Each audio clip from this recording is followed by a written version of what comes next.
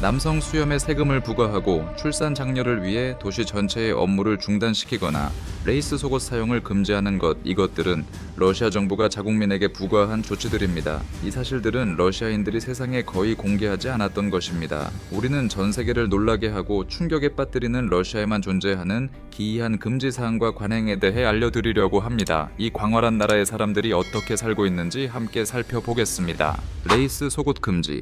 이것은 러시아의 이상한 법률입니다. 외국에서 러시아로 망사 레이스 속옷을 생산하고 수입하는 것은 모두 불법입니다. 러시아 의료 전문가들은 망사 레이스 속옷이 성 건강에 부정적인 영향을 미친다고 믿습니다. 이 법률이 2014년 7월 1일에 공식적으로 발효되면서 모든 망사 레이스 속옷 모델은 진열대에서 사라졌습니다. 의류 제조업체들은 이 터무니없는 금지에 대해 극도로 불편해했지만 많은 젊은 여성들은 이 조치에 분노하여 미리 속옷을 비축할 계획을 세웠습니다.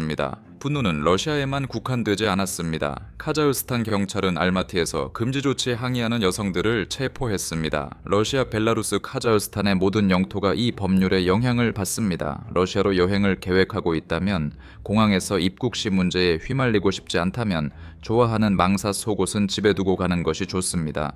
이것이 심각하게 인권을 침해한다는 것을 알지만 러시아에서는 그다지 개의치 않는 것 같습니다. 짧은 기대 수명. 러시아가 커플의 매우 낮은 출산율로 인해 인구 문제를 겪고 있다고 방금 언급했지만 그것은 문제의 절반에 불과합니다. 러시아 정부의 골칫거리인 다른 부분은 러시아인의 기대 수명이 매우 짧다는 것입니다. 러시아 남성의 25%가 55세 이전에 사망하며 이는 선진국보다 훨씬 낮은 기대 수명입니다. 비교하자면 55세 이전에 사망하는 미국 남성의 사망률은 훨씬 낮습니다. 1999년 한 연구팀이 151,000명의 러시아인을 인터뷰했습니다. 10년 후 다시 돌아왔을 때 그들 중 8,000명이 사망했습니다. 연구자들은 참가자들이 보고한 보드카 소비량을 바탕으로 기준 사망 위험을 계산했으며 연령 및 흡연과 같은 요인을 통제했습니다. 주요 원인은 앞서 언급했듯이 알코올입니다. 푸틴이 사람들이 술을 자유롭게 마시도록 계속 허용한다면 곧 그의 나라가 사라지는 것을 보게 될 것 같습니다. 서양 음식 금지. 오늘날 러시아와 유럽 연합 간의 극도로 긴장된 관계를 우리 모두는 알고 있습니다. 따라서 러시아 정부가 슈퍼마켓 진열대에서 서양 제품 판매를 금지하는 것은 놀라운 일이 아닙니다. 이는 농업 및 무역뿐만 아니라 경제 및 사회의 다른 측면에도 일련의 해로운 효과와 영향을 미미칩니다. 농부와 식품 회사들은 수출 시장에 너무 의존하면 제품 가치 하락, 판매 감소, 심지어 파산 가능성까지 직면할 수 있습니다. 금지 조치로 인해 식량 공급이 감소하면 가격이 상승하여 일부 품목의 부족으로 이어질 수 있습니다. 소비자는 식품에 대해 더 높은 가격을 지불해야 할 수도 있으며 이는 가계 지출에 대한 압력을 증가시키고 생활 수준에 부정적인 영향을 미미칩니다. 이러한 상호 금지 및 제재의 해로운 영향은 러시아에 분명할 수 있습니다. 그러나 그들의 정부는 우크라이나와의 전쟁을 계속하기로 단호하며 결국 가장 고통받는 것은 자국민입니다. 알코올 중독. 러시아인들은 술을 사랑하는 것으로 유명합니다. 매년 약 43,000명의 러시아인들이 가짜 와인을 마시고 중독되어 사망합니다. 러시아에 대해 이야기할 때 우리는 종종 술꾼들의 나라를 상상합니다. 우리는 이반 디마 미샤가 모여 물처럼 보드카를 마시는 모습을 떠올립니다. 또는 아디다스 트레이닝복을 입고 하드베이스 음악을 들으며 우시앙카 모자를 쓰고 보드카 병을 들고 춤추는 젊은이들을 생각합니다. 네, 이것들은 외국인들이 러시아와 자주 연관시키는 재미있고 유머러스한 이미지들입니다. 그러나 그 즐거운 웃음 뒤에는 4세기 이상 알코올로 황폐화된 거대한 비극이 숨어 있으며 그 결과는 오늘날까지도 크렘린 관계자들을 걱정하게 합니다. 이것은 여러 세대의 러시아인들을 파괴했고 푸틴 대통령이 이에 맞서기 위해 열심히 노력하도록 강요하고 있는 비극입니다. 타스 통신에 따르면 마르코프 보건부 장관은 알코올 중독이 반드시 해결해야 할 문제라고 강조했습니다. 사람들은 이에 대한 인식이 부족합니다. 청소년 심지어 어린이까지 이 유독한 문제에 연루되어 있습니다. 주류 판매점은 어디에나 있고 항상 붐빕니다. 러시아와 우크라이나 간의 갈등은 전통적인 러시아 보드카의 수출을 제한하여 국내 시장에서의 공급을 증가시켰습니다. 이것이 러시아인들이 더 많은 술을 마시는 이유 중 하나입니다. 러시아 보건부 대표에 따르면 매일 100명 이상의 사람들이 알코올 음료 중독으로 사망합니다. 임신의 날. 모든 사람이 집에서 출산 경쟁에 참여하기 위해 하루 휴가를 받을 수 있는 곳에 대해 들어본 적이 있나요? 말도 안 되는 일이지만 러시아 울리아노프스크에는 불임 경쟁을 축하하는 곳이 있습니다. 이곳에서는 사람들이 임신의 날이라는 특별한 날을 가집니다. 이날 사람들은 종족 보존을 위해 집에서 쉽니다. 이것은 블라디미르 푸틴의 고향인 울리아노프스크 주의 주지사인 세르게이 모로조프 씨의 독특한 이니셔티브입니다. 모로조프는 현저히 감소한 지역 인구 상황을 개선하기를 희망합니다. 주 출산 장려 정책에 따르면 러시아 독립기념일인 6월 12일에 출산한 울리아노프스크 주민은 자동차 냉장고, 현금 및 기타 많은 상품을 보상으로 받습니다. 1991년 소련 붕괴 이후 러시아 인구는 출산율 하락, 낮은 기대 수명, 알코올 중독, 에이즈 자살로 인한 높은 사망률 때문에 급격히 감소했습니다. 세계에서 가장 큰 나라이지만 러시아는 현재 1억 4,150만 명에 불과하며 세계에서 인구 밀도가 가장 낮은 국가 중 하나입니다. 전문가 추정치에 따르면 러시아 인구는 2050년까지 1억 명으로 감소할 것입니다. 푸틴은 인구 위기를 국가의 가장 고통스러운 문제라고 불렀습니다. 그는 또한 2명 이상의 자녀를 둔 부부에게 재정적 보조금을 제공하는 등 출산율 증가를 장려하기 위한 여러 정책을 발표했습니다. 두 번째 또는 세 번째 자녀를 낳는 러시아 여성은 교육 및 주택 개선 비용으로 젤 $1,000를 받습니다. 그러나 러시아인들은 다른 국가에 비해 여전히 출산율이 매우 낮아 많은 심각한 사회 문제를 야기하고 있습니다. 수염세. 매년 사회 유지를 위해 많은 세금을 내야 하는 것에 짜증이 나는 사람들이 많다는 것을 알지만 적어도 러시아처럼 어리석은 세금을 낼 필요는 없다는 점에서 낙관적이어야 합니다. 바로 수염세입니다. 네, 러시아 정부는 남자들에게 수염을 기르는 것에 대해 세금을 내도록 강요합니다. 이 이상하게 들리는 규정은 1935년 잉글랜드의 헨리 8세 왕에 의해 제정되었습니다. 수수료는 수염을 기른 사람의 사회적 지위에 비례하여 증가했습니다. 따라서 수염을 기른 귀족은 더 많은 세금을 냈습니다. 물론 헨리 8세는 긴 수염을 길렀음에도 불구하고 벌금을 면제받았습니다. 러시아를 유럽 강대국의 반열에 들게 하는 서구화 개혁을 추진했던 러시아의 표트르 대제도 1998년에 수염세를 연구하고 발표했습니다. 서구 지향적인 경향이 있던 표트르 대제는 러시아 스타일의 수염의 인기가 국가의 보수적이고 정체된 성격을 나타낸다고 믿었습니다. 수염을 기른 신사들은 상당한 수수료를 내야 했고 수염을 유지할 권리를 샀다는 것을 증명하기 위해 특별한 휘장을 착용해야 했습니다. 이것은 정말 인권을 침해하는 터무니없고 어리석은 세금이며 수백 년 전에 폐지되었지만 러시아는 아마도 이것으로 약간의 돈을 벌기 위해 계속 유지하고 싶은 것 같습니다. 더러운 자동차 금지. 러시아에서 자동차를 운전한다면 차량의 외관에 매우 주의를 기울여야 합니다. 왜냐하면 경찰은 차가 너무 더럽다면 운전자를 제지하고 벌금을 부과할 권리가 있기 때문입니다. 그런데 더럽다는 것은 무엇일까요? 한 러시아 신문이 설문조사를 실시했는데 응답자의 46%가 번호판이 읽을 수 없을 때 차가 더럽다고 간주한다는데 동의했습니다. 하지만 현실은 설문조사와 다릅니다. 러시아 경찰은 충동적으로 행동하며 마음에 들지 않는 것이 있으면 신문을 위해 정지당할 수 있습니다. 어떤 범죄로 기소될지는 어떻게 알 수 있을까요? 아마도 경찰서로 초대받아 즉시 집으로 돌아갈 수도 있고 아니면 어떤 사건의 용의자로 간주되어 구금될 수도 있습니다. 또한 공공환경을 더럽혔다는 이유로 벌금을 부과할 수도 있습니다. 러시아 경찰은 종종 술에 취해 있으며 때로는 술을 마신 후 재미로 자동차를 점검하러 나가는 경우가 있다는 것을 알아야 합니다. 동성애 선전 금지.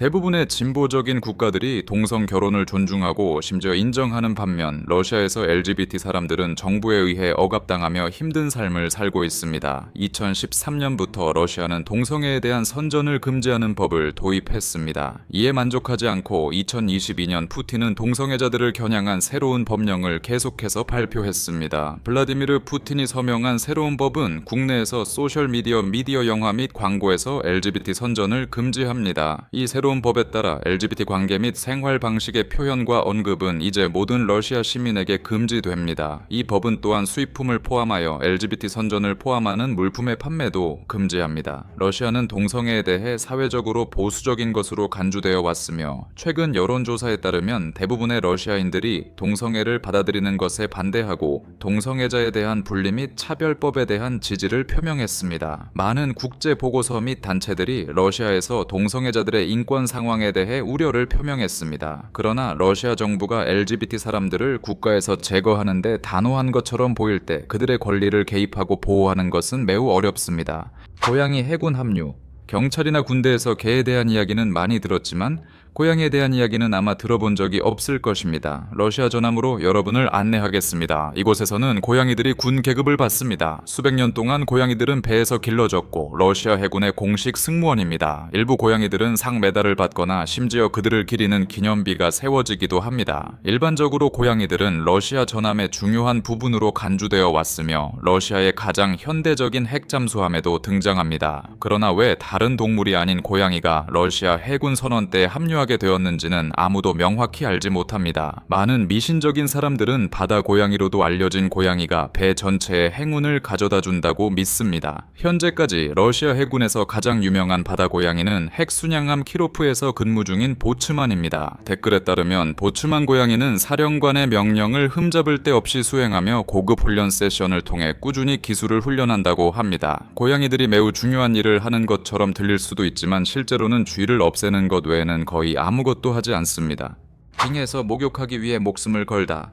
매년 1월 19일 러시아인들은 독특하고 극도로 위험한 축제를 개최합니다. 바로 얼음 구멍에 몸을 담그는 것입니다. 수천 명의 사람들이 자신의 영혼을 정화하고 1년 내내 건강을 누릴 것이라는 믿음으로 얼음물에 뛰어듭니다. 한편 많은 사람들은 단순히 자신을 뛰어넘기 위해 이 관습에 참여합니다. 모스크바와 그 주변 지역에서만 매년 200,000명 이상이 이 활동에 참여합니다. 세계에서 가장 추운 곳인 시베리아에서도 온도가 영하 40도에서 50도까지 떨어질 수 있지만 많은 사람들이 이 전통에 참여합니다. 러시아의 얼음 목욕 관습은 예수의 요르단강 세례를 기념하는 정교회 연례축일인 에피파니와 관련이 있다고 합니다. 그러나 점점 더 많은 관광객과 러시아 정교회 신자가 아닌 사람들도 이 독특한 관습에 참여하고 있습니다. 예전에는 러시아인들이 에피파니의 밤으로 알려진 1월 18일에서 19일 밤 사이에 물에 몸을 담그는 것이 일반적이었지만 오늘날 얼음 목욕의 정확한 시간은 더 이상 그렇게 엄격하지 않습니다. 사실 한겨울에 찬물에 몸을 담그는 것은 많은 사람들이 잘못 믿고 있는 것처럼 정교회 의식이 아니라 인기 있는 러시아 전통입니다. 많은 러시아인들의 경험에 따르면 갑작스러운 저천증과 동상을 피하기 위해 몸이 외부 온도에 적응하도록 옷을 점차적으로 벗는 것이 좋습니다. 또한 몸에 연고를 바르거나 한 숟가락의 생선 기름을 섭취하여 천을 유지할 수도 있습니다. 게다가 물에 들어가기 전에 몸을 충분히 드고 얼음 위에서 미끄러지는 것을 방지하기 위해 신발이나 샌들을 착용하는 것이 중요합니다. 이러한 예방 조치에도 불구하고 매년 극심한 추위로 인해 불행한 사고가 발생합니다. 많은 사람들이 갑작스러운 뇌혈관 수축을 겪으며 기관지 심혈관 또는 혈압 질환을 앓고 있는 사람들은 이 무모한 행동으로 인해 특히 목숨을 잃을 가능성이 높습니다. 그러나 흔히 말하듯이 러시아인들은 매우 무모하며 그다지 개의치 않습니다. 푸틴 우상 숭배. 블라디미르 푸틴은 재임 기간 내내 항상 대중으로부터 높은 지지율과 사랑을 받아왔으며 심지어 러시아의 화신으로 여겨지기도 합니다. 러시아 대통령 선거는 푸틴이 참여하여 종종 상당한 지지를 받으며 승리합니다. 그러나 사회 및 국제적 대화에서는 러시아의 선거 과정에 대해 종종 비판적이며 선거의 투명성과 공정성에 대해 많은 의문을 제기합니다. 푸틴의 정치적 반대자들은 선거 운동 기간 동안 종종 복잡성과 제한에 직면합니다. 게다가 러시아의 언론은 엄격하게 통제되며 특히 대통령 선거와 같은 중요한 행사와 관련하여 더욱 그러합니다. 따라서 푸틴이 항상 승리하는 것은 당연합니다. 러시아 청소년들은 록스타, 팝스타, 축구선수 또는 운동선수를 숭배하는 대신 블라디미르 푸틴을 최고의 우상으로 선택합니다. 러시아에는 블라디미르 푸틴 팬클럽이 많이 있으며 이 클럽들은 유럽 전역으로 확장되고 있습니다. 이 클럽의 회원들은 평균 연령이 16세에서 18세 사이이며 약 1,500명으로 추정됩니다. 그들은 항상 푸틴 대통령의 이미지가 새겨진 티셔츠나 셔츠를 입고 심지어 인터넷 포럼을 조직하여 그의 인격 통치 방식 및 업적을 칭찬합니다. 그러나 이러한 그룹은 푸틴을 위해 일하는 사람들이 이끌고 있으며 전쟁 중 러시아의 행동에 대한 전 세계적인 비난에 맞서 그의 이미지를 홍보하는 한 방법으로 간주됩니다. 행성보다 크다. 최대 700만 제곱킬로미터에 달하는 러시아의 면적은 지구 육지 면적의 약 절반을 차지하며 심지어 면광성 1660만 제곱킬로미터보다도 큽니다. 그 영토는 북아시아 전체와 유럽의 40%를 포함하며 11개의 시간대를 아우르고 다양한 환경과 지형을 가지고 있습니다. 러시아는 세계에서 가장 큰 광물 및 에너지 자원 매장량을 보유하고 있어 에너지 초강대국 중 하나입니다. 또한 세계에서 가장 넓은 산림 면적을 가지고 있으며 호수에는 지구상 비빙결 담수의 약 25%가 포함되어 있습니다. 풍부한 광물 자원을 바탕으로 러시아는 수년 동안 강대국이 되었습니다. 그러나 현재 러시아는 그 위치와 잠재력에 미치지 못하는 발전 등 수많은 문제와 도전에 직면해 있습니다. 비록 소련과 같이 세계 초강대국으로서의 발전과 위상을 유지하고 있지만 현대 러시아는 강대국이자 잠재적 초강대국임에도 불구하고 여전히 개발도상국입니다. 높은 범죄율, 테러민족 갈등, 성별 불균형 및 출산율 감소로 인한 인구 감소, 남성 알코올 중독 지도자들의 부패, 그리고 금융위기의 영향 제재 금수 조치, 그리고 나토 동맹국 및 유럽연합으로부터의 경제적, 군사적, 외교적 고립은 러시아를 극도로 불안정하게 만듭니다. 출생 기록. 세상 사람들이 갑자기 러시아인들을 다른 행성에서 온 사람이라고 부르는 것은 아니지만 분명히 그들은 출산율이 매우 낮습니다. 그러나 한 여성이 27번의 임신 끝에 69명의 자녀를 낳아 세계 출산 기록을 보유하고 있다는 것은 터무니없는 일입니다. 기네스 세계 기록 공식 웹사이트에 따르면 발렌티나 바실리에바는 아무도 더 넘어서지 못한 자녀 수로 세계에서 가장 다산적인 여성으로 알려져 있습니다. 27번의 임신 끝에 69명의 자녀를 낳았습니다. 그녀의 자녀 중 2명은 살아남지 못했지만 나머지 67명은 건강하게 자랐고 정상적으로 성장했습니다.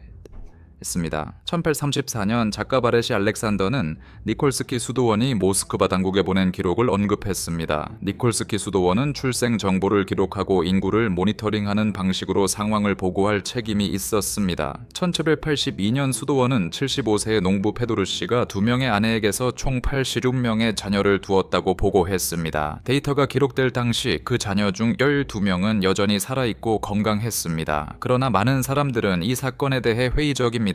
출산의 부담은 한 여성이 대부분의 시간을 오직 출산에만 보낸다는 것을 믿기 어렵게 만드는 첫 번째 요소입니다. 특히 수세기 전 러시아의 농촌 상황에서는 더욱 그렇습니다. 게다가 자녀들에게 음식과 생활 조건을 보장하는 것이 반드시 가능했던 것도 아닙니다. 많은 과학자들은 1775년에서 1765년 사이에 러시아의 어머니들이 총 22번 출산했는데 그중 16번은 쌍둥이 치우번은 셋쌍둥이 사번은 넷쌍둥이였다고 가설을 세웁니다. 그러나 이러한 경우는 세계적으로 극히 드물기 때문에 발렌티나가 16번의 쌍둥이를 낳았다는 것은 믿을 수 없을 정도로 특별하여 이 이야기는 여전히 논란의 여지가 있는 미스터리로 남아 있습니다.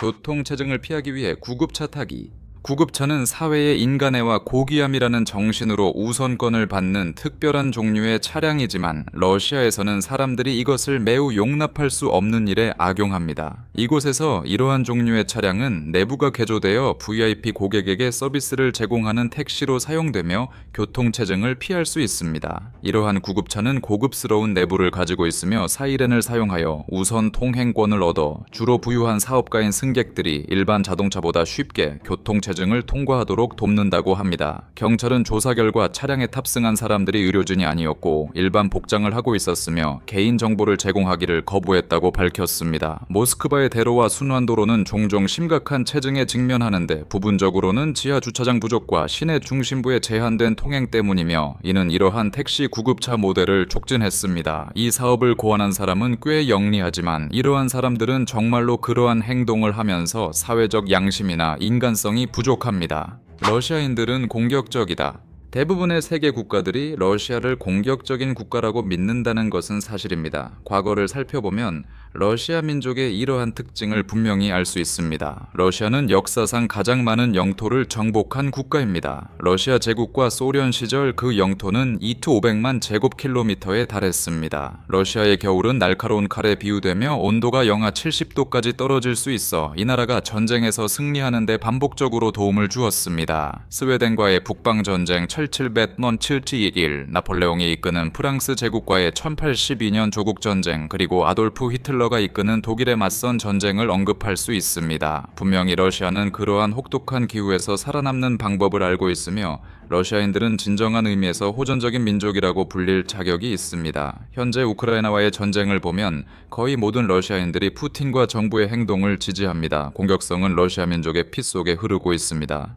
우리는 러시아를 독특하고 놀라운 나라로 만드는 가장 이상한 금지사항과 관습들을 살펴보았습니다. 특이한 법률부터 논리를 초월하는 전통까지 러시아는 항상 이야기할 거리가 있습니다. 이 내용이 마음에 드셨다면 댓글로 의견을 남겨주세요. 여러분의 생각을 듣고 싶습니다. 비디오에 좋아요를 누르고 저희 채널을 구독하고 알림 설정을 켜서 다음 흥미로운 이야기를 놓치지 마세요. 저희와 함께 해주셔서 감사합니다. 다음 비디오에서 뵙겠습니다.